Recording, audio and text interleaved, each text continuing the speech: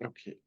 Bonjour à tous, bienvenue à notre traditionnelle formation de dermato en vue des actions de dépistage qui vont se dérouler et qui ont déjà commencé à se dérouler dans les maisons de santé.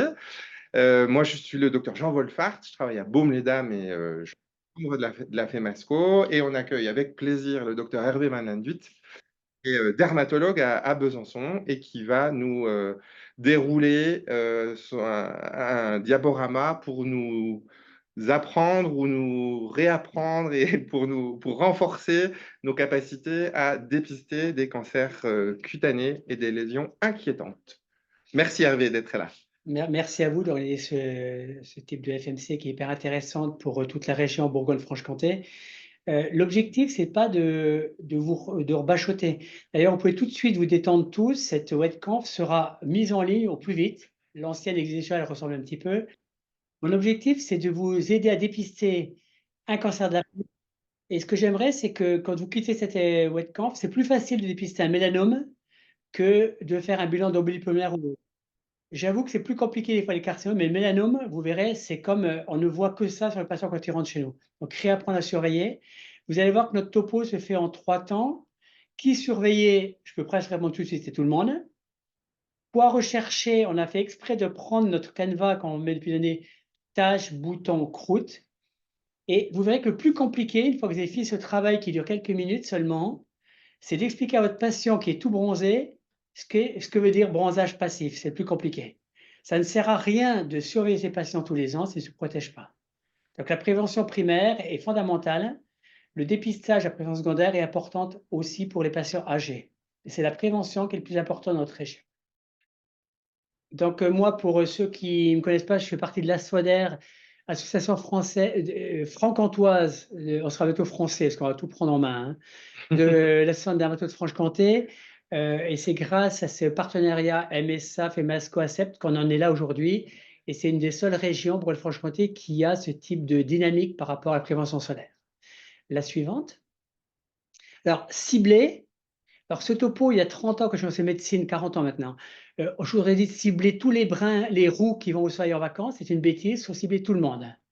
Quoi dépister, informer, prévenir. La partie la plus compliquée, vous verrez, c'est d'expliquer à un patient ce que veut dire protection solaire. La suivante. Alors, la cible, bien sûr, c'est ces personnes, encore plus la personne qui a le dos criblé de gramauté qui est compliqué. Et on y reviendra tout à l'heure. Cette personne, vous avez besoin de nous pour ce dos criblé de névus. Pour 99% des cas, vous n'avez pas besoin de nous du tout. Mais en fait, la suivante, c'est cibler tout le monde. Hein, c'est bronzeur, bien sûr. La suivante. Là, c'est encore pire, mais il faut vous dire que 90% de nos cancers en Franche-Comté, c'est du cancer Made in Franche-Comté. Tout le monde n'a pas la chance ou la bêtise à la plage ou de faire des UV. Notre problème, il est là. Et ça, c'est volontairement une photo provocante. Mais toute la difficulté de notre région, c'est le bronzage passif. Là, on verra longuement sur ce que veut dire bronzage passif, qu'il faut presque assimiler de votre cerveau au tabagisme passif. La suivante. Donc, il est là le problème. C'est tous ces patients où vous allez tomber presque. J'ai plus facilement un contact facile avec quelqu'un qui bronze volontairement, qui comprend que la personne qui ne sait pas que pêcher, faire ses foins bras nus, faire du sport bras nus, c'est des fois plus dangereux qu'allonger sur la plage. La suivante, le bronzage passif, on y viendra à la fin aussi. Ça, c'est du Made in Franche-Comté. Ces personnes ne vont jamais à la plage, ne s'allongent pas, elles n'ont pas le temps de bronzer. La suivante. Il ne faut pas oublier les gens de la ville. En effet, c'est peut-être une erreur qu'on a faite, c'est de cibler tous les gens qui sont en exposition directe. Mais toutes ces balades sur des dalles du béton où les gamins sont dans les cours d'école en béton sur des dalles, c'est largement aussi délétère et ça toute l'année. Le plus dangereux de tout, c'est tous les conseils qu'on a pris tous dans la petite enfance, le plus souvent involontaire, coureur cycliste, madame qui va cueillir ses haricots verts, puis le petit bout de chou, on laisse 1 heure ou 2 dans la piscine de grand-mère, mais quand il fait frais et qu'il n'y a pas de soleil, le lendemain, il est carbonisé. Et ça, c'est pas dangereux un coup de soleil en lui-même, hein. C'est la répétition de l'enfance qui va faire tout le problème, surtout pour le mélanome. Alors, tâche, bouton, croûte, voilà où on va résumer notre travail. La tâche sensible au mélanome qui est le plus facile. Oh, ok. Donc le début, j'expliquais, mais je vais y revenir, vous verrez, je suis un rabâcheur, moi, hein. Tout le début, c'était d'ancrer le dépistage sur tout le monde, d'ancrer la prévention sur tout le monde. Et le plus compliqué, mais on va y revenir à la fin, n'ayez pas peur, c'est d'arriver à expliquer à la patient ce que veut dire bronzage passif. Donc, notre premier catalogue un peu de la redoute, ça va être le défilé qui va être un peu redondant, taches, boutons, croûte. L'élément clé, vous allez vous faire avoir, tous. Moi, c'est simple, ils viennent pour ça. Donc, ils ne peuvent pas me montrer un bout de bras et c'est un examen total body en sous-vêtements. Je ne mets plus les gens tout nus. Vous, là, le piège que vous allez avoir à chaque fois, c'est consultation d'HTA, de diabète, ainsi de suite. Et au retour, en sortant, docteur, c'est quoi ce bouton? S'ils ont le malheur d'entendre c'est rien, ils vont vous le reprocher peut-être 15, 20 mois plus tard ou je ne sais pas combien de temps. Il va nous dire, mon médecin m'a dit que c'était rien. Je ne sais pas ce que c'est, on a déjà fait du boulot. Revenez dans 15 jours, 3 semaines, c'est jamais une urgence. Même un mélanome, on n'est pas à 3 jours près ni 15 jours près. Vous revenez, vous lui dites, je vais faire un examen clinique complet. Donc, il sait qu'il sera déshabillé. Mais ce bouton, il faut qu'on le revoie. Je ne peux pas vous le dire tout de suite. Et puis, dire aussi, s'il y a un bouton là que vous me montrez, il y en a peut-être ailleurs qu'il faut regarder. Tout à fait. Donc, consultation dédiée où on fait que ça, on déshabille le patient en le prévenant à l'avance, comme ça, il n'a pas peur et il saura mettre les jolis sous-vêtements qu'il faut, et on prend le temps qu'il faut de la tête aux pieds. Mais ce n'est pas au décours d'une consultation Oui, c'est pas au entre deux portes, décours. quoi. Et c'est vrai que vous êtes comme nous surbooké, mais cet examen d'ermato peut être 3, 4 semaines plus tard, ce n'est pas une urgence. Vous pouvez, si vous avez une crainte, c'est pas beau, mettre une compresse, un pansement dessus, mais examen clinique complet. Et vous verrez, c'est le même problème pour les gens qui ont eu des carcinomes. Et moi, ça me choque, ils viennent me voir, ils me montrent leur franc, et puis ils sont en non, c'est pas fini, il faut qu'on regarde ailleurs. Ils vont faire surveiller leur cicatrice de cancer où ils sont guéris, et c'est examen complet tout de suite. Dépistage, mais prévention surtout, on peut aller plus vite, on va y revenir à ça, hein. Et donc là, voilà, c'est ce qu'on Alors, disait à l'instant. l'examen dermato, il faudrait, surtout étant besoin médical, que vous ayez au minimum au début, avant le dermatoscope, une lampe loupe. Un examen dermato, c'est le plus souvent ne pas mettre le patient allongé, on le met en sous-vêtements, déshabillez-vous, les pieds aussi, on retire les chaussettes. Et cet examen de la tête aux pieds, vous le faites plutôt debout. Vous faites un examen lointain pour rechercher le vilain petit canard, vous verrez où je vais en venir. Vous regardez après, membre par membre, le bras, l'autre bras, vous descendez des jambes, vous faites tourner le patient, un coup les flancs, le dos, l'autre flanc.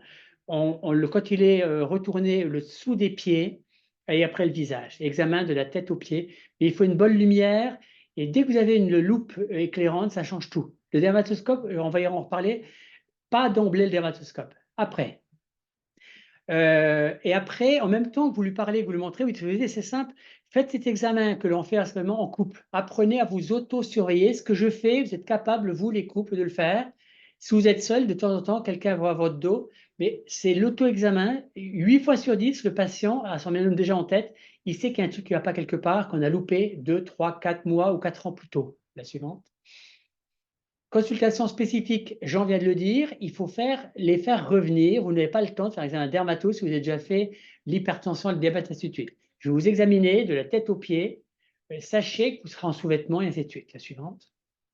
L'éclairage, on en a parlé. Donc la lampe loupe, il y en a plusieurs types. Le dermatoscope après. Alors, dermatoscope, une petite mention, la dermatoscopie, on en entend beaucoup parler, c'est très à la mode et les généralistes, on est bombardés de trucs sur formez-vous à la dermatoscopie. Ok, on peut faire du dépistage sans dermatoscope Ah oui, et la surtout. dermatoscopie, c'est une sémiologie enfin, toute nouvelle, complètement. Moi, je suis en train de la découvrir parce que je m'y intéresse, mais à apprendre complètement. On repart quasiment à zéro. Donc, voilà, on peut faire de très bons dépistages uniquement avec une lampe, uniquement avec une loupe, avec nos deux yeux et notre bon sens. Tu as raison. Dermatoscopie, vous allez vous faire peur au début. Donc, si vous n'avez déjà pas l'œil aguerri avec une lampe loupe, dermatoscope, vous allez vous faire peur et c'est très chronophage si vous faites névus par névus. En dermatoscopie, moi, j'y vais que si sur la lampe loupe, un névus m'attire l'œil. Si vous avez 10 grains de beauté identiques, de même aspect, le même pattern, le dermatoscope ne vous aidera pas du tout. Par contre, si vous en avez un seul, on le verra tout à l'heure, qui a une sale tête, il vous aidera. Mais venez après le dermatoscope. Lampe loupe avant le dermatoscope. La suivante. Ne pas oublier les pieds, les angles, ainsi de suite. Et méfiez-vous, c'est un piège. C'est les gens qui ne guérissent pas sous un pied. Jusqu'à preuve du contraire, il faut biopsier. Mais là, on peut vous aider à faire la biopsie. La suivante. Alors, on commence notre catalogue. Tâches. Le mélanome, bien sûr. Et c'est plus facile de dépister un mélanome et on peut plus louper un carcinome épidermoïde débutant ou un carcinome basodébutant qu'un mélanome. La suivante. bouton, la suivante, on va tout revoir ça, hein. Et puis croûte, donc tache, bouton, croûte, la suivante. On commence, tache. Mettez-vous bien en tête les deux lésions sur la gauche, le nez, le front. Vous avez tout de suite de quoi déclencher ABCDE. Je vous rappelle que l'ABCDE, et c'est un piège quand on vous a rempli le cerveau de cet ABCDE, ça ne marche que pour les lésions planes néviques. Si vous déclenchez un ABCDE sur une kératose séborrheique, ça va marcher presque à tous les coups. Donc lésions planes, donc mettez-vous en tête, on en reparlera tout à l'heure, le nez, le front. Alors bien sûr, celle du milieu, celui qui loupe un mélanome, ophtalmo tout de suite. L'épaule à gauche, identique, vous avez la BC2 qui se déclenche, vous avez un névus qui est beaucoup trop gros pour ce bras de ce jeune, et on a tout de suite une bichromie qui doit vous alerter. La suivante. Là, par contre, le ventre de cette jeune femme, les lésions sur le menton, on est dans les névus, et on doit vous appeler platement ontodermatologue, on vous a planté dans tous les cours, le névus qui dégénère, c'est une rareté. Donc cette folie européenne depuis les années 80 de surveiller tous les grains de beauté régulièrement tous les ans et de retirer les grains de beauté qui étaient trop foncés à certains moments de l'année, c'est une erreur. 8 à 9 fois sur 10, il n'y a pas de névus avant un mélanome. Donc la cible, ce n'est pas le névus. On va surveiller les grains de beauté, bien sûr, les névus, mais le névus qui dégénère, il y avait autant de névus il y a un siècle, il n'y avait pas de mélanome comme aujourd'hui. La suivante. Qui doit faire tilter, finalement, c'est la nouvelle lésion, quelque chose qui Tout à apparaît. fait, nouveau. En sachant, par rapport à ce que tu dis, Jean, vos névus, alors la plupart des jeunes qui sont sur l'écran sont programmés 9 mois avant votre naissance. Vous allez avoir un capital génétique névus de vos parents, grands-parents, ainsi de suite. Et les névus sortent de 0 à 50 ans chez tout le monde. Si un névus apparaît à mon âge, c'est un mélanome. J'ai une lésion qui ressemble à un névus, hein. Mais Parce que tu as plus de 50 ans. Il ne faut pas le dire. De 52 Oui, mais il faut que ans. ce soit clair. Donc, ces névus, en fait, on s'est trompé de cible et il ne faut pas que les gens entendent le mot. Il faut que vous arriviez dans cette même constatation. Le grain de beauté, je les surveille, mais de nombreux cas, c'est une lésion noire qui va apparaître ailleurs d'un névus. Alors, on va se débarrasser tout de suite de celui-ci et de notre belle Cindy Crawford. Vous regarderez sur certaines photos, les journalistes retirent son névus dermique. Il n'y a aucun danger et c'est ce type de névus qui va inquiéter les patients. Docteur, j'ai encore coupé mon grain de beauté en relief, je vais avoir un mélanome. Non, les névus dermiques ne dégénèrent jamais, jamais, jamais, jamais. On va leur retirer dans un but esthétique, de confort, mais n'envoyez pas ces patients en urgence en leur disant peur qu'ils aient un mélanome. On leur tirera, on peut le voir bien sûr si il a besoin d'être rassuré. Névus dermique, transformation, non. La suivante. Les névus, donc le plus souvent apparaissent de la naissance. On peut naître avec un grain de beauté, c'est ceux-là qu'on aura un peu plus de surveillance. Ils apparaissent jusqu'à 50, mais si c'est 52, c'est pas grave, hein. Ils sont le plus souvent les névus congénitaux, vont avoir un autre aspect. Les névus névocellulaires, ils vont être plats. Ils sont des fois pileux. Et ce qui les accélère au niveau de la carnation, qui les rend plus noirs, c'est la photoexposition. Donc la plus grosse bêtise qu'on a fait là encore en Europe, c'est des surveillances de névus chez les jeunes enfants ou les plus grands. Vous surveillez les névus au mois de septembre, ils sont foncés. Vous revoyez le gamin au mois de janvier, ils sont rassurants. Donc, il ne faut pas le sur trop difficile, trop agressif sur un gamin, surtout s'il n'a pas de critères dangereux au niveau des patterns. S'il est simplement foncé, mais pas gravissime, on peut attendre un petit peu. La suivante. Donc, les névus, 4 tubes de névus, névus jonctionnés, ainsi de suite. Ça, on s'en moque un petit peu, hein, c'est de l'histo. Ça peut vous aider, vous l'aurez sur le diaporama. Quand on n'a pas de vous c'est le livre névus C. Le névus bleu, pseudo-tatouage, ça ressemble à une tête, les gens ne le voient pas, je veux dire une tache noire. Alors, il est bleu parce qu'il est très profond, c'est comme un tatouage qui est mal fait, il va être bleuté. C'est-à-dire qu'il est bleuté, mais en fait, quand vous ouvrez, si tu as déjà opéré, Jean, ça fait même peur, c'est noir charbon dans le derme. La dégénérescence est faible, mais on a tendance à les retirer, ils sont durs à surveiller. Parce qu'ils sont, quand on attaque un névus, ils sont profonds, puis quand un névus bleu devient noir, c'est un mélanome. Donc ceux-là, on a le bisturer un peu plus facile maintenant. La suivante. Là, bien sûr, le mélanome. Donc, il faut que vous ayez en tête, c'est cette phrase qui a révolutionné nos fausses croyances des années 80.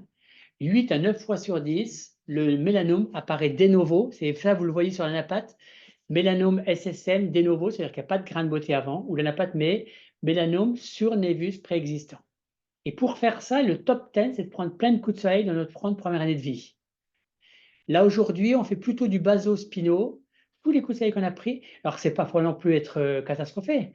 l'intérêt de la prévention secondaire chez les plus âgés, le dépistage, la surveillance, et on y reviendra à la prévention primaire chez l'enfant. La suivante. Une toute petite mention, le névus qu'on voit, si on passe notre doigt dessus, il est plan. Voilà, il est plat. Par rapport à une kératose séborique qu'on va probablement aborder plus Tu tard. as bien fait de le dire, c'est plat. Je pense qu'un des petits messages aussi à emmener, c'est qu'on a le droit de palper, de passer son doigt sur une lésion pigmentaire. Ce n'est pas qu'on a le droit. Le dermato doit regarder, palper. Vous verrez tout à l'heure, il y a un truc qui s'appelle le fibrompastie. Si vous ne palpez pas, si vous avez peur de toucher le patient, c'est une catastrophe. Vous le palpez. Et quand vous êtes habitué, une kératose séborique, ça n'a pas du tout le même type de rugosité, de texture qu'un névus. Les névus, les mêmes que je vais vous montrer juste avant, vous touchez, vous sortirez nous, c'est plat. Et c'est là qu'on déclenche la BCDE. Alors, par rapport aux névus congénitaux, là, bien sûr, il va falloir faire quelque chose.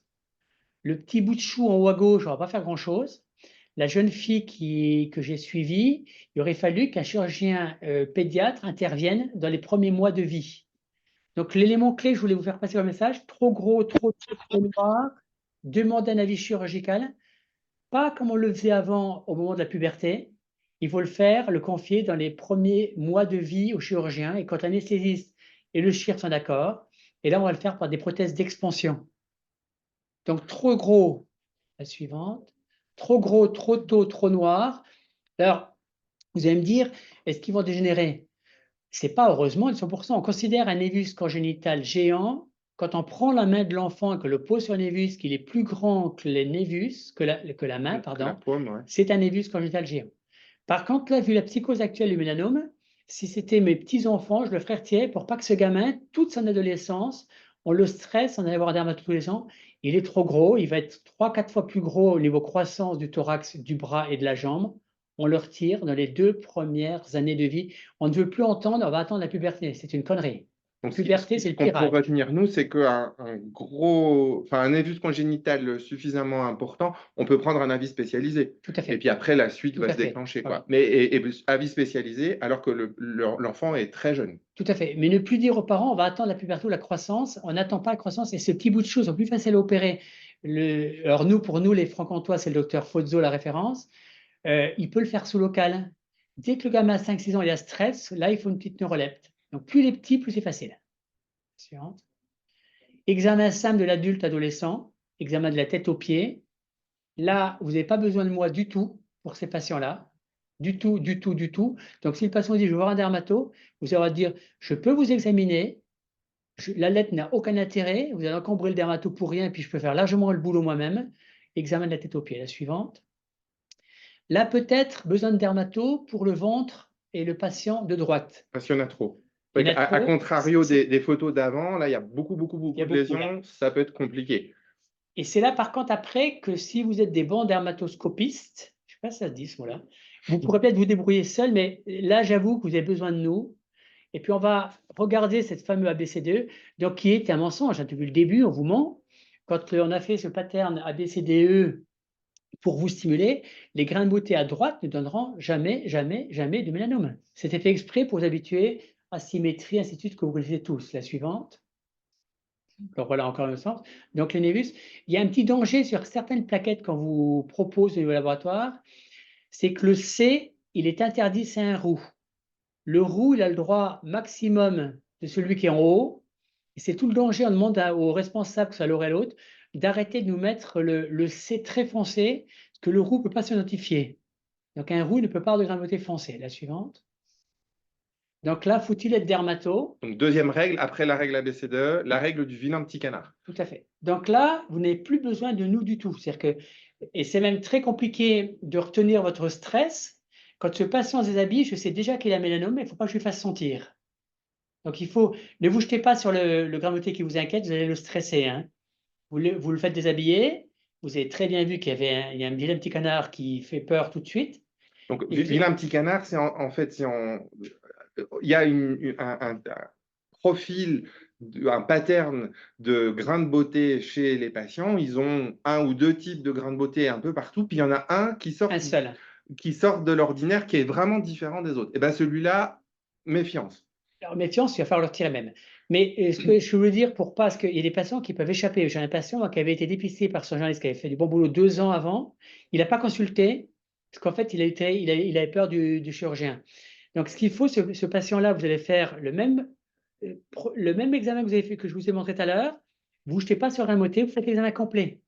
Puis vous dites, en effet, il y a celui-ci qui pose peut-être un petit problème. Si vous avez l'endoscope, vous le regardez. Celui-ci, oui, il faut qu'on le retire. Ne vous jetez pas dessus en ne regardant pas les autres. Vous faites un examen complet et seulement à la fin, oui, celui-ci, en effet, il faut qu'on trouve une solution pour le retirer. Soit vous, soit nous, mais là, il faut l'adresser, bien sûr. Mais c'est vraiment ça, vous ne pouvez pas, vous verrez, c'est plus compliqué pour les carcinomes. Vous ne pouvez pas, vous, avoir peur de louper ça dans votre cabinet, c'est impossible. Mais il faut l'examiner, du coup, de la tête aux pieds, dans un examen dermato dédié. Suivant. Donc là, vous avez besoin de nous. Parce qu'il y en a trop. Il y en a trop. À droite, vous allez voir, c'est compliqué, mais en fait, si on refait ce que Jean a dit tout à l'heure, vous passez la main sur toutes les ondes de cette personne âgée. Oui, la diapo de droite, la personne âgée, lui, il n'a plus aucun névus. Les névus, le névus pigmentaire plat, on les digère dès la cinquantaine d'années. Donc, un grain de beauté qui continue à foncer au-delà de 60 ans comme moi, je le fais retirer. Et ces grains de beauté vont disparaître. Et à l'âge de patient en EHPAD ou haute, 80-90 ans, il n'y a quasiment plus aucun grain de beauté. Ce ne sont que des kératoses séboriques. Et chaque lésion, vous allez pouvoir toucher et de relief. Là, vie dermato. Un retour sur la cellule. Alors, qu'est-ce que c'est qu'un névus? C'est une tumeur plate, bénigne, qui a, comme on l'a bien dit, pas du tout d'aspérité, de rugosité. À l'inverse, la kératose que vous avez sur la droite, c'est rugueux. Si vous regardez très très près, même à la loupe, il y a des pseudo-comédons. C'est pour ça que nos ancêtres dermatologues les ont appelés kératoséboriques, mais en fait, ça n'a rien à voir avec le sébum. C'était un pattern où il y a des comédons, des pseudo-comédons à l'intérieur, mais quand on les presse, ça sort aussi un petit peu. Donc, vous voyez, c'est deux lésions qui n'ont pas du tout le même aspect quand vous regardez cliniquement. Mais je peux convenir que des fois, vous pouvez avoir un problème avec une kératoséborique. Ce n'est pas une erreur. De la même façon, si vous mettez à opérer, ce n'est pas une erreur de retirer une kératoséborique, un fuseau et de faire une anapate. Du tout, hein, loin de là. Hein. Il y a des kératoséboriques. On a tous des kératoses, il ne faut pas qu'on fasse les malins. On a tous eu des plantés, on croyait à un mélanome, mais on retombe sur une kératoséborique. Mais l'inverse, ça peut être vrai aussi. La kératose séborique, moi je trouve que ça pourrait ressembler presque à une petite micro-boule de pâte à modeler qu'on a écrasée sur la peau. Il y a un Tout à peu fait. ça. Ouais. Hein, Et quand je fais le cours aux étudiants, quand je leur dis de le gratter, je leur dis vous grattez comme un tubercule,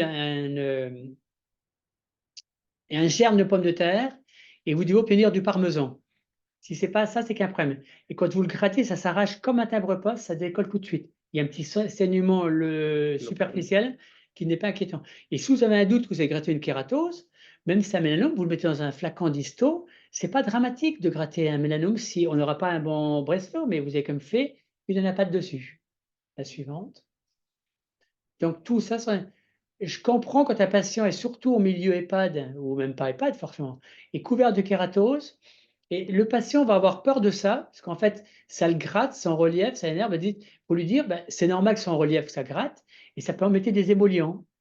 Et vous devez savoir, non pas encore, vous allez devoir savoir que le curetage des kératoséboriques ne sera plus remboursé dans peu de temps par la Sécu. Donc ces curetages qu'on faisait, ou le traitement à l'azote tous les 6 mois, il faut oublier, c'est chronophage, ça coûte de l'argent et très souvent ça ne sert à rien du tout à part créer des plaies dans le dos des patients. Kératoséborique, kératoséborique, kératoséborique. Et le dos de droite, plus facile que celui de gauche, il n'y a aucune foncée de kératose. Et si vous approchez le dos de gauche, on a, ce que vient de dire Jean, un relief.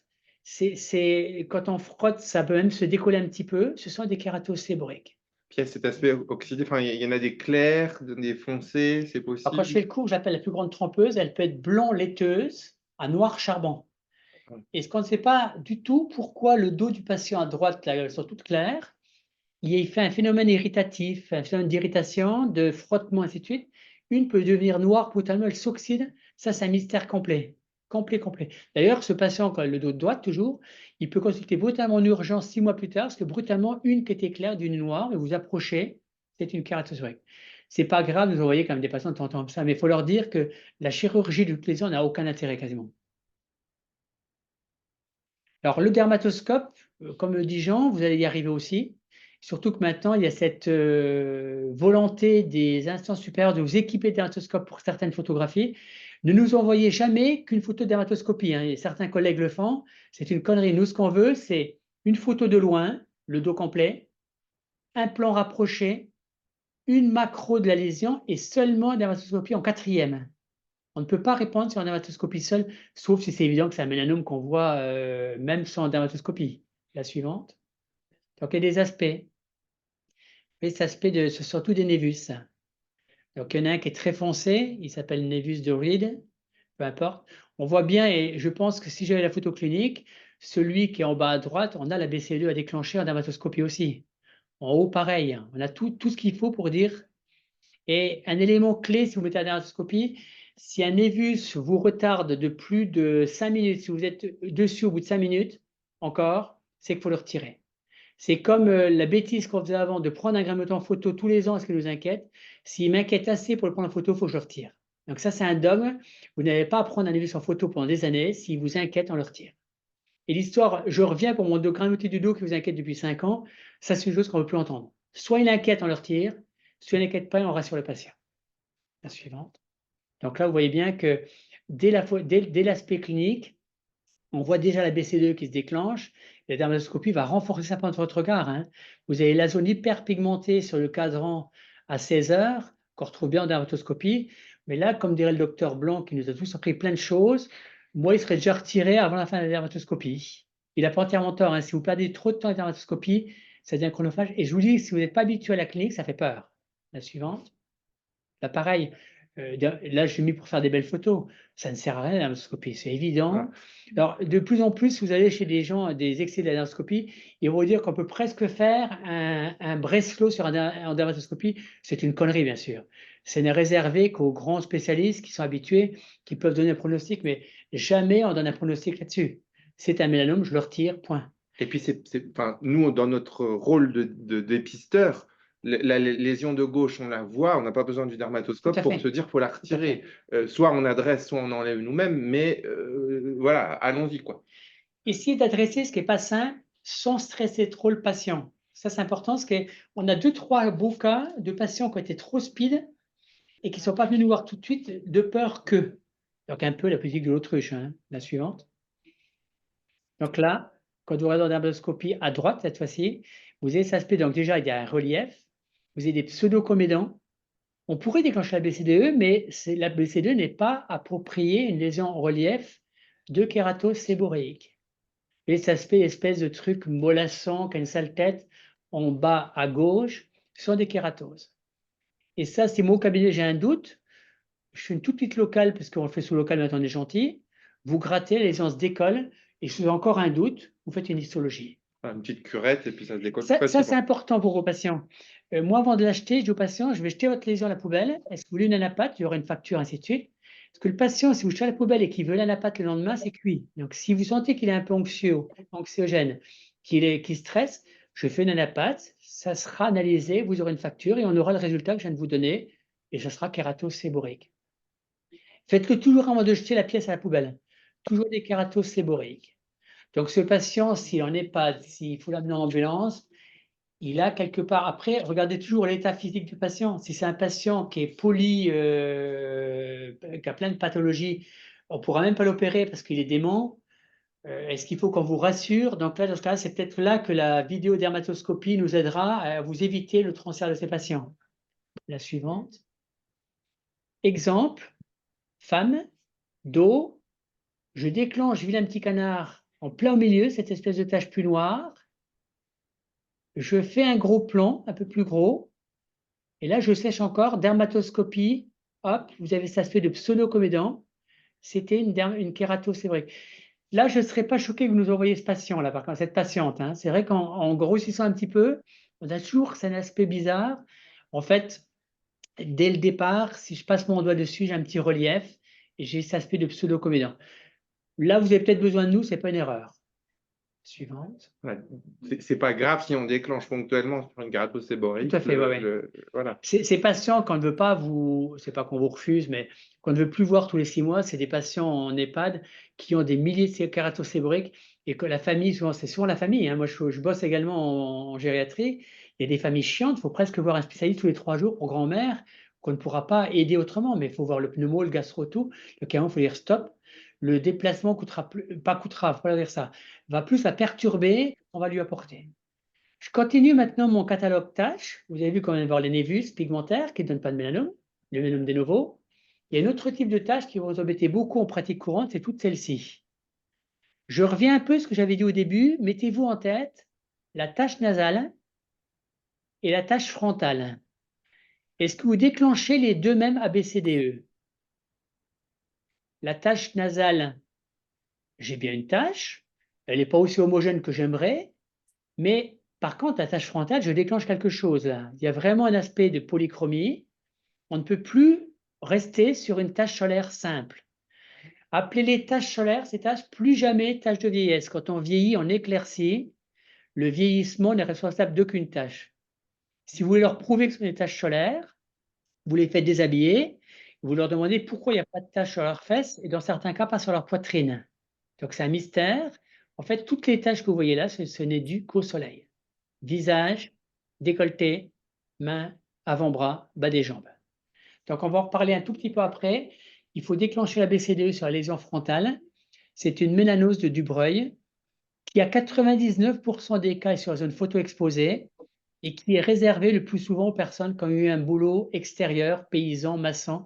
Donc là, c'est le mélanome dû à 100% à l'héliodermie chronique. C'est un peu différent de celui que je présentais avant. Il était considéré comme assez gentil avant. En fait, c'est faux. Il faut être aussi agressif que sur un mélanome classique. La suivante. Donc, vous regardez, tout ça, ce sont des taches solaires, héliodermie, lentigo solaire, azote. On peut s'enrichir en faisant du laser sur le décolleté de cette dame qui est passée du chemisier rose au bleu. Mais si elle ne se protège pas correctement, elle a perdu son argent, il va revenir aussi vite. Quand je fais le cours aux étudiants, je leur dis que c'est le carton jaune de la peau. C'est la peau qui, je ne peux plus réparer.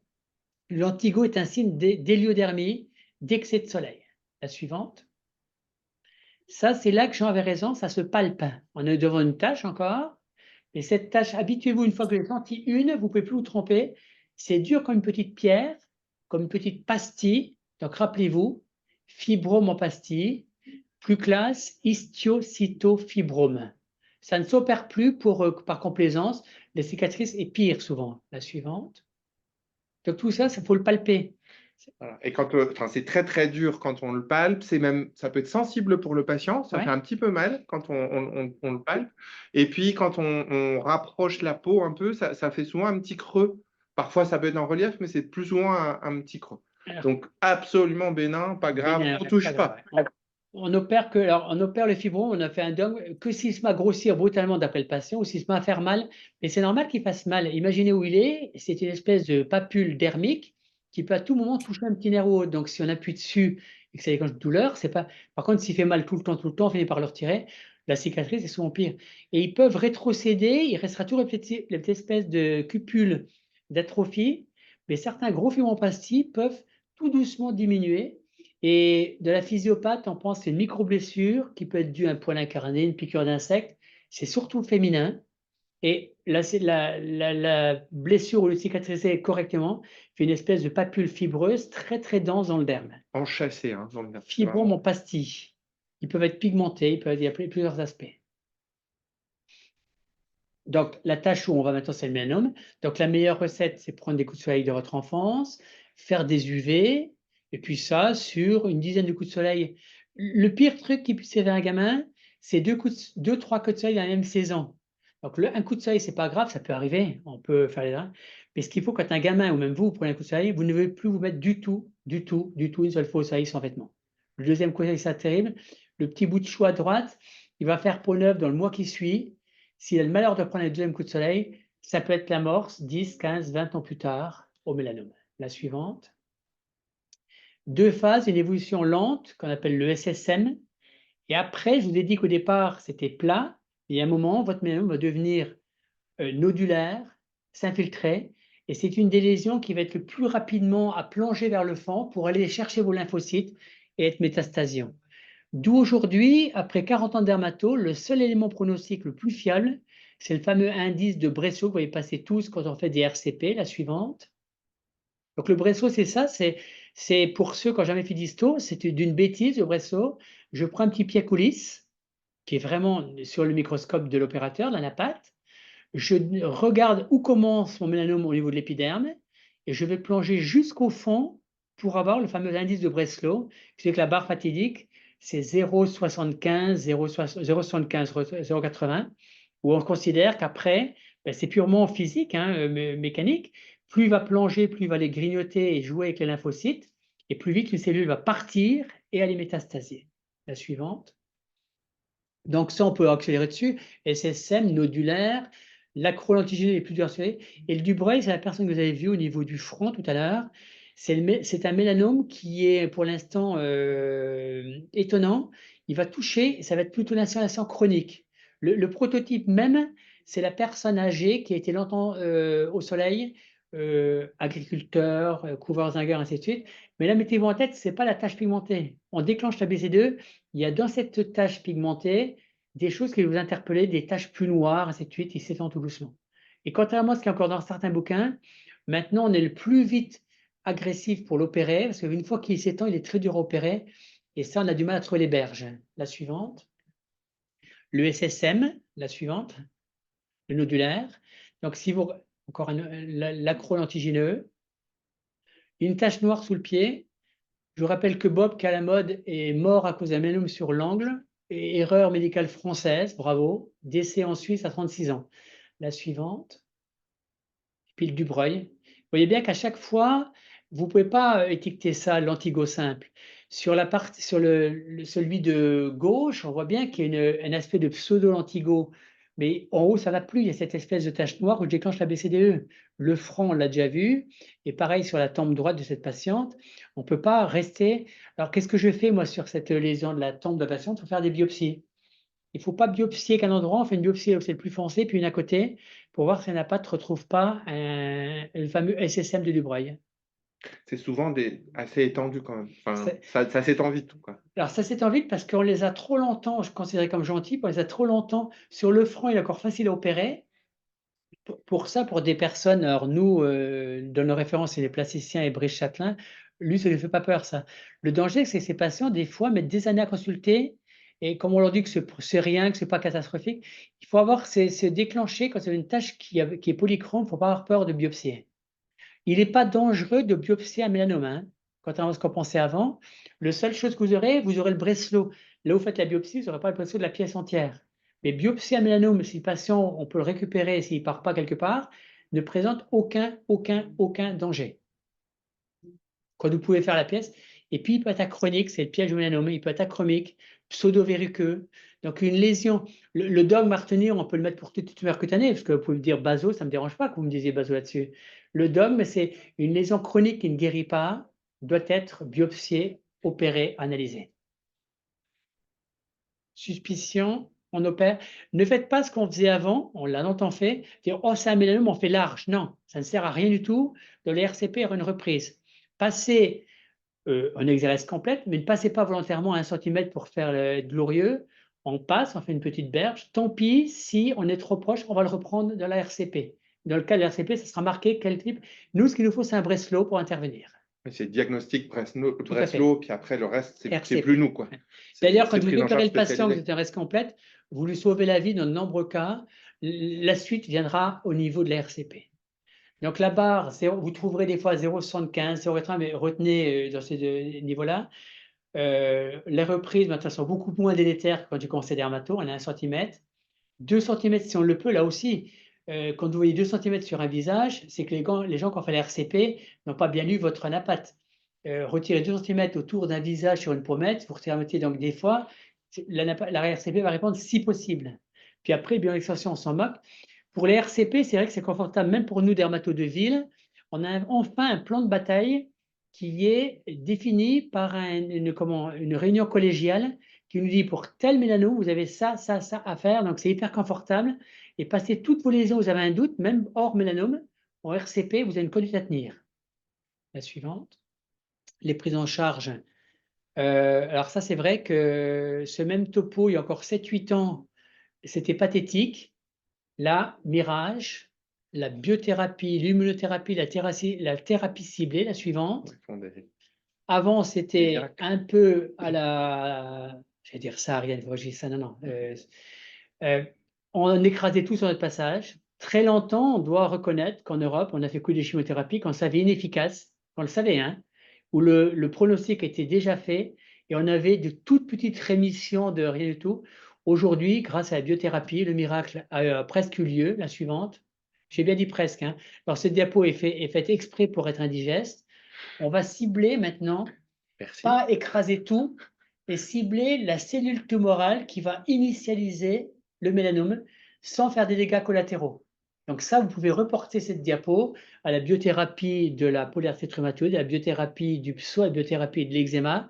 On cible une seule type de lésion, d'où l'anapathe, vous verrez maintenant, il nous a déjà décidé si notre mélanome était BRAF+, BRAF-, s'il était mutant de tel truc. Et c'est dès la RCP que des personnes qui font que ça toute la journée, nous c'est le professeur Robin, c'est Charlet, ainsi de suite, qui vont dire, ben, dans celui-là de mélanome, le bras qu'il me faut, c'est telle chimio, telle biothérapie, ainsi de suite. Donc c'est formidable la révolution, à tel point qu'aujourd'hui, les mélanomes métastatiques peuvent des fois, 6 mois plus tard, reprendre leur boulot à mi-temps haute, alors que ça, c'était impossible avant les années 2015. Donc ça paraît pour les jeunes être une révolution, être normal. Pour nous, vieux dermatos, Ouais, c'est une révolution. révolution, ouais. La suivante. Métastatique, c'était un patient condamné jusqu'à présent. Tout à fait.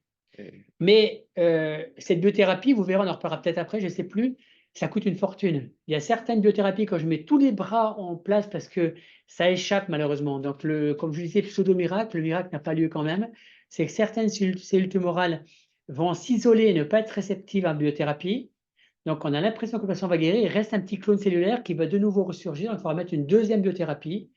Et j'ai plus en tête à l'euro près, mais des fois, dans certains patients, c'est 10, 15, 20 000 euros par mois, dans certains cas.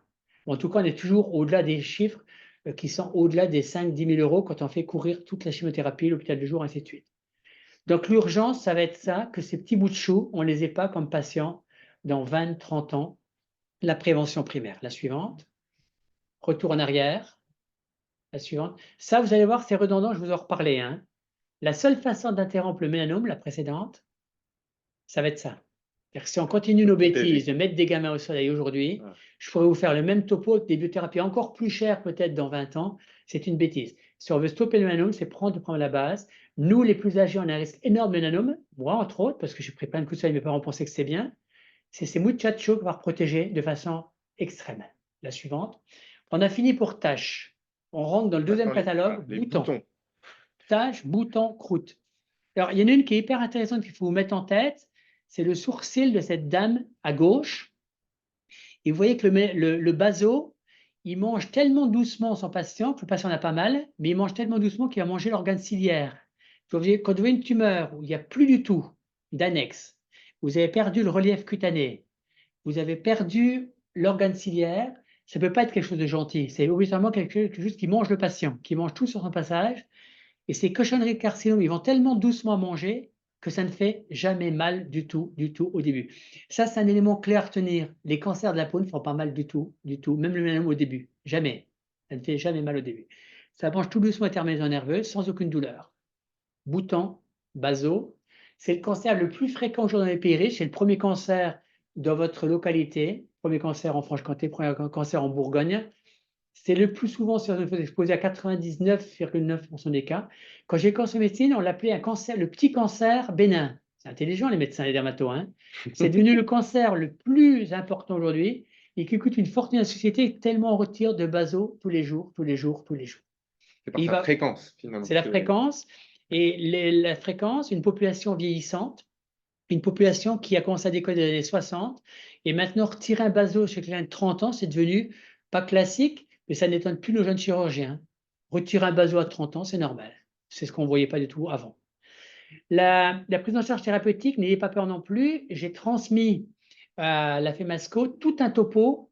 Vous verrez, c'est très très lent, mais si vous avez le courage de le lire, où je reprends en ligne tous les traitements actuels efficaces sur le baso, le spino, ainsi de suite. Donc, ne perdez pas de temps à retenir tous ces noms bizarres, Aldara, PDT. La suivante. Petit baso deviendra grand, donc rappelez-vous de vos cours de lésions alimentaires qui devaient vous dire pourquoi il me parle de ça, l'autre, la papule perlée télangiectasique, vous la retrouvez tout le temps. Et si vous prenez toutes les lésions, vous avez tout le temps la papule perlée qui va grossir, après vous avez une belle couronne perlée, et ça vous mange. Là, le baso du patient, il part du coin de l'oreille jusqu'au niveau du canthus interne de l'œil. Et ça, quand il vous dit qu'il a ça depuis quelques jours, c'est des mois, des mois, des mois. Donc, ce type de patient, on en verra plusieurs. Pour moi, c'est un échec médical, familial, pharmaceutique et social. Il y a quelqu'un qui a foiré à un moment de dire « Oh, ben, c'est rien ». Et puis, on laisse pousser. Le baso, il est piégeux, vous pouvez le confondre avec un mélanome, il peut être tatoué. Là encore, nos stress, c'est pas grave si vous opérez ou si vous envoyez ce baso tatoué, il est pigmenté. C'est même une bonne nouvelle que j'ai pour le patient. Ben, bonne nouvelle, c'est pas un mélanome, ce n'est qu'un baso tatoué. Le baso, il est vicieux, il peut se tatouer. Et de toute façon, il faut l'enlever. Il faut l'enlever. Mais mettez-vous en tête, la papule qui est en haut, papule, c'est dur, perlé, cicatriciel, télangiectasique. Donc ça donne des belles images aussi au dermatoscope. La suivante. Le pronostic est excellent. Alors, jusqu'à peu de temps, je vous aurais dit que ça donne jamais de métastase. 2-3 énergumènes publics, un baso peut métastaser, mais ne retenez pas pour l'instant. Exérèse complète, vous avez des bonnes marges, vous pouvez rassurer le patient, mais son principal danger, c'est d'en faire un deuxième. Donc, ces patients, vous allez surveiller de plus près, de la tête aux pieds aussi pour voir s'il y a autre chose, mais ne surveillez pas que la cicatrice. La suivante. Baso. Alors, nodulaire, moi, j'ai l'habitude de dire aussi aux internes, passez votre doigt sur Tout à fait. le bouton, c'est quelque chose de ferme sous le doigt. C'est pas mou, c'est vraiment ferme, charnu. Ça, c'est important ce que tu dis, parce qu'en fait, c'est la différence d'un névus dermique. Des fois, on peut se tromper. Le névus dermique, vous avez vu au début, c'est espèce de névus en relief. Quand vous le touchez, c'est plat. Pardon, c'est C'est mou. mou. Et même de temps en temps, il y a encore des annexes, il y a des poils, il y a un tas de trucs. Là, ce patient, c'est dur, c'est ferme, c'est télangiectasique.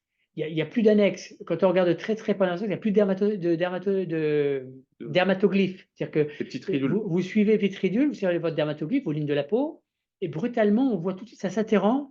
Donc, c'est un élément extérieur qui est venu abîmer le dermatoglyphe. Ça ne peut pas être quelque chose de bénin. La Qui vient suivante. ronger, grignoter. Mange tout. J'aime bien quand tu dis ça parce que je trouve que c'est très, très parlant. Ah ben, le baso, Ça il mange. peut grignoter un visage complet sans faire mal, hein. Voilà. Tu as qu'il y a des formes superficielles ou des alternatives thérapeutiques. Alors, pourquoi je vous mets ça? Pas pour vous inonder la tête encore de des informations. C'est pour ne plus dire à une personne, d'ailleurs, Jean m'a montré avant le topo un baso qu'il a, on a des alternatives thérapeutiques pour les personnes âgées ou qui ont des problèmes. Donc, la phrase que je ne veux plus entendre, il est trop vieux, il est trop loin, le grand-père peut aller faire des courses à 50 km ou aller au baptême du petit, puis bizarrement, le dermato qui est à 100 km, il est trop loin. Donc, ne dites plus, il est trop vieux, trop loin.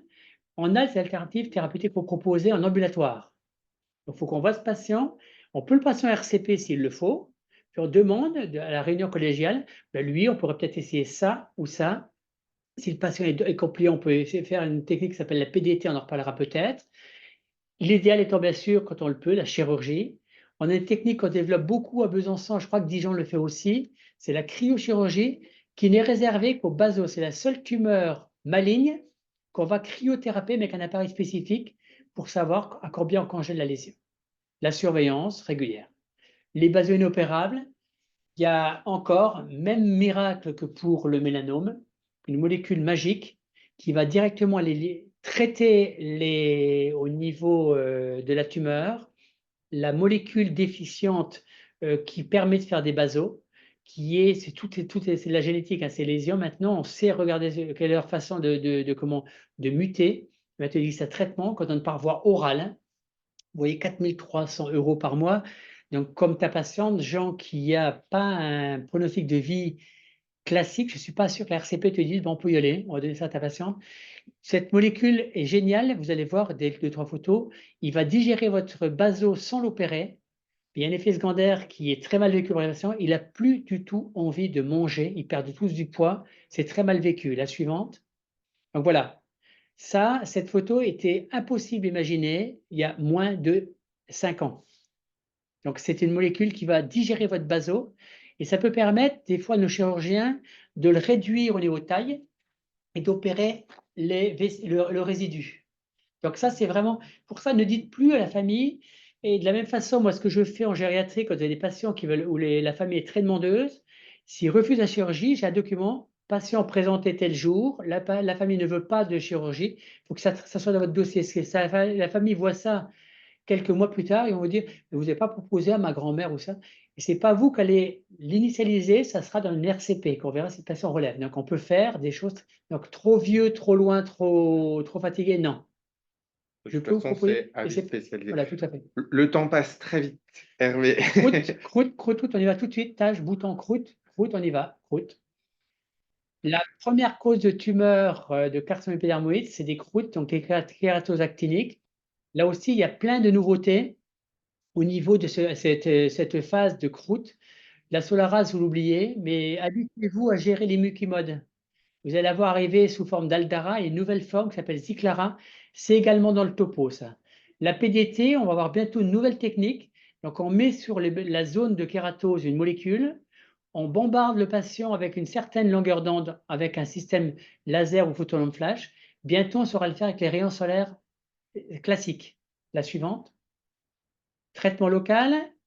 Il faut savoir qu'il va y avoir des effets secondaires plus ou moins lourds. Donc, on met la molécule. Quelques jours plus tard, vous voyez J14, c'est pire. Et 2 mois après, tout est guéri. Et ça, ce qu'il faut comprendre, c'est que vous avez une kératose en pleine pommette, le patient est irradié partout, c'est un champ de cancérisation que vous traitez. C'est 1000 fois plus intelligent que de brûler kératose par kératose à l'azote. Ça, c'est une nouvelle technique qui va exploser. La suivante, champ de cancérisation. Vous voyez là, le patient, il n'est pas trop content, il réagit très fort, hein. C'est quelque chose qu'on peut faire Ouais, au vous cabinet. avez Moi, la MM, ouais. je l'ai déjà fait. Alors, il faut bien encadrer le patient, vraiment lui expliquer la phase inflammatoire et tous les effets secondaires, mais les résultats sont C'est hyper intéressant et spectaculaires. ça va vous aider dans l'avenir. Ils sont très contents, les gens. Ziclara, le laboratoire fait de plus en plus de FMC au niveau loco-régional, donc ça, si vous pouvez la huile, c'est intéressant. Et vous permettez au patient d'avoir un cuir chevelu tout net, on évite de le brûler tous les 6 mois ou tous les 3 mois. La suivante. Ça, ce patient, quelques mois, années plus tôt, il avait une kératose actinique sur l'oreille. Ça, pareil, au risque de me répéter, pour moi, c'est une bêtise médicale, sociale. On devrait plus voir ça. C'est des photos qui ont moins de 10 ans que je vous présente, hein. Donc, le carcinome épidermoïde, la suivante. Carcinome épidermoïde. L'endroit typique du carcinome épidermoïde sur une lèvre, c'est la lèvre inférieure. Et idéalement, il faut fumer plus les UV. Lui, par contre, il peut intervenir, le baso de temps en temps, mais c'est plus rare, sur des zones de cicatrisation mal digérées par la peau. Donc, tout ce qui est cicatrice de brûlure, tout ce qui est plaie chronique, tout ce qui est inflammation chronique, on en voit des carcinomes épidermoïdes au niveau de la verge. Donc, le carcinome épidermoïde, c'est le soleil, mais c'est tout ce qui est inflammation chronique mal gérée par la peau. Donc, un ulcère veineux qui guérit mal. Si vous avez des berges qui ont une sale tête, ça vaut le coup qu'on fasse une biopsie. La suivante. Lésions précancéreuses, traitement multiple, la suivante. Forme clinique. Donc ça, c'est des formes de Bowen qui est classé également. Le Bowen, c'est un carcinome épidermoïde avec de l'HPV dedans. Donc ça, on peut le passer. Sur un ulcère, donc c'est pas normal que les berges soient comme ça sur un ulcère. C'est tout un carcinome autour là. En fait, c'est un ulcère négligé et c'est un cancer. Amputation, je crois, cette patiente. La suivante, donc ça, c'est les carcinomes. Ça, il ne faut pas le négliger, les petites croûtes, ils ne guérissent pas, hein. Ne pas prendre ça pour. Vous avez le droit de dire que c'est un herpès, peut-être le premier coup, mais si l'herpès est encore là, 1 mois plus tard, 2 mois plus tard, 3 mois plus tard, c'est une croûte qui ne guérit pas. Il n'y a pas d'urgence à Non la plus. minute. On Non, peut non, se non, donner non, 3 non. semaines, un mois, mais la plaie ou la croûte qui est toujours là 1 mois plus tard, c'est suspect, il faut au moins biopsier. Avec toujours un patient qui vous ment, hein. Oh, je me suis encore mordu dedans. Donc, une croûte qui ne guérit pas au bout d'un moment, c'est suspect. La suivante. Donc là, j'en ai parlé tout à l'heure. La suivante. Donc, les dermatoses chroniques peuvent se mettre un carcinome épidermoïde. Il n'y a pas que le soleil dans ce cas-là. La suivante, on peut aller plus vite. Il métastase, lui. Donc, au stade précoce, des soins locaux. Au stade in situ, on peut encore faire des soins locaux. Et après, là, par contre, on n'a pas les mêmes miracles à vous proposer. Il y en a un petit. Il y a un MAB aussi, une biothérapie. Mais globalement, le carcinome épidermoïde invasif, ça se passe très mal encore aujourd'hui. Donc, vous mieux le prendre très très tôt, avec des marges qu'on met plus l'âge.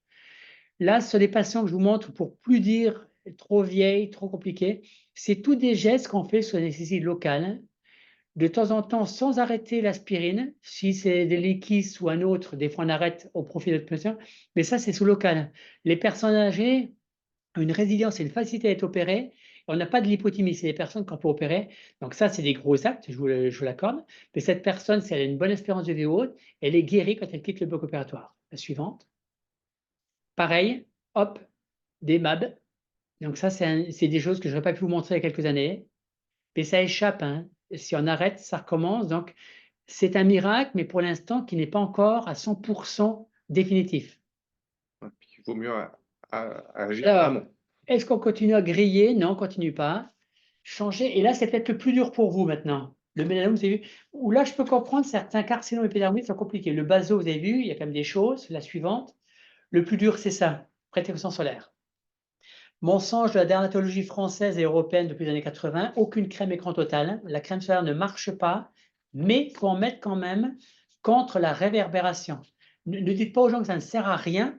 Elle arrive qu'après chemise, chapeau plus crème. Toute l'année, une balade aujourd'hui en ville ou ailleurs, il faut mettre de la crème solaire contre la réverbération. C'est le seul argument qui me reste, moi, pour continuer à prôner la crème solaire. Mais leur dire, il n'y a pas d'écran total. La suivante. Donc ça, c'est le genre de connerie qui ne sert à rien du tout. Ce gamin, c'est bien, on a sauvé le haut du dos, et puis, ma foi, les oreilles, les bras, on s'en moque. La suivante. Chemise, chapeau, crème, lunettes. La suivante. Un retour en arrière. Comment se fait-il que, regardez comme c'est belle ces plages du sud de Saint-Tropez, avec le trans, il y a moins de monde quand même, hein. Comme était beau, mais ce sont des charpentiers, là, tous ceux qui sont avec la grande scie haute, les paysans, donc un monde normal. C'est années 60-70 qu'en Europe, tout se déglingue, alors que l'espérance de vie augmente, on devrait se protéger plus qu'eux, et l'Europe intelligente fait l'inverse. La France étant dans les premiers de classe au tout début. Après, c'est toute l'Europe qui foire, hein, que ce soit l'Europe du Sud, ainsi de suite. La suivante. Un retour en arrière. Dans le sport, la suivante. À l'école, la suivante. Ça, c'est le plus dur à faire passer. C'est une chose que vous arrivez à exploiter aux patients, à faire comprendre aux patients, c'est le bronzage passif. C'est toutes les fois où le patient, et vous allez voir qu'ils vont vous jurer mort des cuisses, qu'ils ne sont pas cinglés, ils ne sont pas tarés, et ils ne s'allongent jamais au soleil. Ce patient, je ne sais pas ce qu'il fait d'ailleurs tout nu dans les forêts du Haut-Doubs, là, il va vous dire que lui, il risque rien, il ne s'allonge pas. Mais il ne sait pas qu'à 1000 mètres torse nu, il fera son cancer beaucoup plus vite qu'allongé sur la plage Saint-Tropez, habillé pareil. Ces petits gamins qui jouent dehors, les parents, ils ne risquent rien du tout, ils ne sont pas à la plage, ils sont dans le Haut-Doubs, dans le Haut-Jura ou en Bourgogne, ils ne risquent rien parce qu'ils ne s'allongent pas. C'est le plus compliqué, la suivante. Donc ça, c'est fait exprès. La photo, je pense, de gauche vous interpelle. Alors que celle de droite, 90% des gens s'en contrefoutent que ce petit gosse soit torse nu au bord de la plage. C'est tout aussi grave. Tabagisme passif, bronzage passif. La suivante, tout aussi grave. La suivante, cancer Madine-Franche-Comté. Donc c'est là que vous allez avoir la suivante. Alors adaptez votre message à la patientèle. Si vous dites, c'est un peu comme le tabac, un mec, un gosse de 20 ans, si tu fumes, tu vas mourir, il s'en contrefout de mourir parce qu'il est mortel. Par contre, il faut trouver une autre solution pour lui. Tu vas puer de la bouche, tu auras les dents abîmées, ta copine va trouver que tu pues le tabac. Il faut faire pareil que le soleil. 16-17 ans, ils seront plus impactés par que tu vas faire une poussée d'acné à la fin de l'été. La femme enceinte de 25 ans, vous avez un masque de grossesse. Et moi, ça me choque quand je fais des topos dans les collèges-lycées, les rides font plus de cris que le cancer. Je ne remonte pas des cancers comme vous, hein, je montre que des petits. Il y a plus de mouvements dans la salle quand je montre des rides que le cancer de la peau. Donc, il faut jouer là-dessus. Les taches, l'aggravation dermatose, la suivante. Et même le petit gosse a peur de la grand-mère. Celle-ci, elle est pas en vêtements, hein, c'est sa peau sur ses jambes. Elle a plus du tout. Sa peau est quasiment collée sur l'hypoderme. Son derme est ratatiné. Mais vu l'aspect de sa peau, elle doit être costaud quand même, hein. La suivante. Ça sert aussi. C'est une photo qui choque tout le temps les patients. Moi, je l'ai exprès en sous-main. Vous voyez tout de suite que si on veut vieillir plus vite, il vous suffit de marcher dehors tête nue toute l'année. Et puis on est bon. Ce qui est intéressant, c'est celles de gauche. Elles ont dehors le même type de vie parce qu'elles sont très peu différenciées.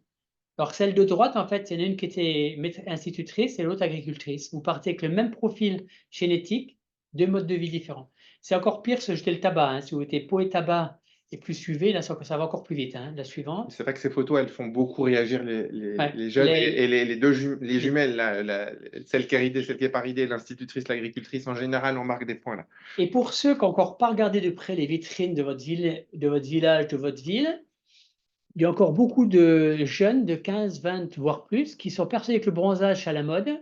et ils sont has-been. Ça fait 10 ans que le mannequinat en Europe ne bronze plus. Pire, Londres, 2019, tout mannequin bronzé outre-mer n'a plus le droit de défiler. Et dans la tête de nos jeunes patients, ils sont persuadés qu'ils sont encore beaux bronzés, alors qu'ils sont has-been, hein. La suivante. Priorité, enfants, adolescents. La seule prévention primaire va stopper les carcinomes, mais j'ai bien peur qu'il faille, comme certains pays, légiférer. Et ça, je vous le donne en scoop, c'est notre projet 2024 à SFODER, surtout projet Volanduit, demander à légiférer la prévention scolaire de l'enfant de 0 à 16 ans à nos députés, nos ministres, ministre de l'Éducation et ministre de la Santé. C'est en cours, ça va être lancé. On va tenter notre chance. Comme en Australie, la suivante. Australie. Regardez un peu le vice qu'il faut quand même pour que ces petits gamins qui jouent sur un terrain en synthétique, vu la longueur, la taille de leur ombre, il est 13-14 heures maxi, et on les fait jouer avec des vêtements noirs, des manches, pas les avant-bras, mais ils sont même protégés. On voudrait, je ne sais pas si on arrivera à ça. Alors, il y a un élément positif, nous, c'est le fait que certains politiques ont envie de remettre l'uniforme. Ça, c'est un plus pour nous. Il faudra trouver un bob en plus, mais c'est vraiment l'année où il faut y aller pour nous. La suivante. Australie. Si un gamin n'a pas sa tenue, les parents sont interpellés, au bout de 2 fois verbalisés. Les profs doivent montrer l'exemple. La suivante. Et c'est le seul continent, alors vous me le regardez, c'est fait exprès hein, que c'est indigeste, c'est le seul continent, si vous voyez le premier diagramme en haut à gauche, c'est le seul où le mélanome chute chez les moins de 50 ans qui sont en train de récolter ce qu'ils ont semé en 1980, que la prévention solaire est obligatoire en Australie depuis 80. L'enfant qui arrive à l'école mal protégé, les parents sont interpellés au bout de 2 fois verbalisés. C'est le seul continent sur Terre où le mélanome chute chez les moins de 50 ans, la suivante. Nous, en Europe, regardez comme on est bien. En Franche-Comté, on est impeccable. La suivante. Et en Franche-Comté, on a un petit plus en plus pour la mortalité qui est meilleur qu'ailleurs. La suivante. Et pourtant, des populations sont restées normales autour de nous. C'est-à-dire qu'on est le seul continent l'Europe où tout le monde s'est mis à déconner depuis les années 60, avec une explosion dans l'Europe du Sud. Aujourd'hui, une famille hollandaise ou une famille allemande, le top 10, c'est d'avoir une cabine à UV à domicile. C'est la seule population qui a 15 jours pour venir dans le sud. Nous sommes le seul continent où l'Européen économise de l'argent pour aller bronzer chaque été, chaque hiver. Australie, Asie, Texas, Thaïlande, Sahara, il y a encore des gens normaux. La suivante. Le rêve d'un dermatologue européen comme moi, c'est de voir arriver toute cette population. Alors c'est sûr que je vous déconseille pour l'instant de commencer ça, surtout vu la conjoncture. Si vous sortez de la Méditerranée avec un accoutrement comme les 2 personnes en bas à gauche, vous pouvez être abattu. Allez-y doucement, prévenez que vous êtes simplement un de mes patients. Je suis patient dans ne sortez pas comme ça de l'eau brutalement, surtout de la Seine au moment des JO. Hein. La suivante. De toute façon, c'est des photos réelles, c'est pas un montage. Le chinois riche ne veut plus du tout de HAL. Donc, ils sont à l'inverse du riche européen. Conclusion, vous avez une place fondamentale, les médecins de famille, pour nous aider. Ne vous mettez plus en tête, vous n'êtes pas capable, vous n'êtes pas assez formé. Vous pouvez tout à fait dépister un mélanome dans votre cabinet sans aucun problème. Vous pouvez tout à fait être capable, si vous voulez un jour, d'opérer. Et ça, c'est un projet qu'on a avec Jean et Arnaud Blesmail. Peut-être vous faire une petite formation pour retirer un névus de les meilleures qualités et surtout savoir coter ces consultations. Est-ce que vous méritez mieux qu'une consultation classique? Mais vous rappelez, ça c'est rien, ne jamais le dire non, c'est rien. Consultation spécifique, examen de la tête aux pieds et favoriser une chose qu'on essaie de développer nous de votre LASFODER, apprendre aux patients à s'auto-surveiller. Le plus compliqué, vous verrez, si vous mettez aussi fou que moi, c'est d'expliquer à un patient que quand il bronze dans son jardin, c'est aussi dangereux que de bronzer à Saint-Tropez. La suivante. Juin jaune, vous avez peut-être entendu parler, invention 100% franc-comtoise. L'objectif, c'est de venir en lutte contre le syndicat national des dermatos, qui va recommencer ces mêmes conneries en juin prochain. Et français, viens montrer ta peau aux dermatos tous les ans. Le dépistage gratuit tous les ans, c'est une connerie. Ça fait 30 ans que ça dure, presque.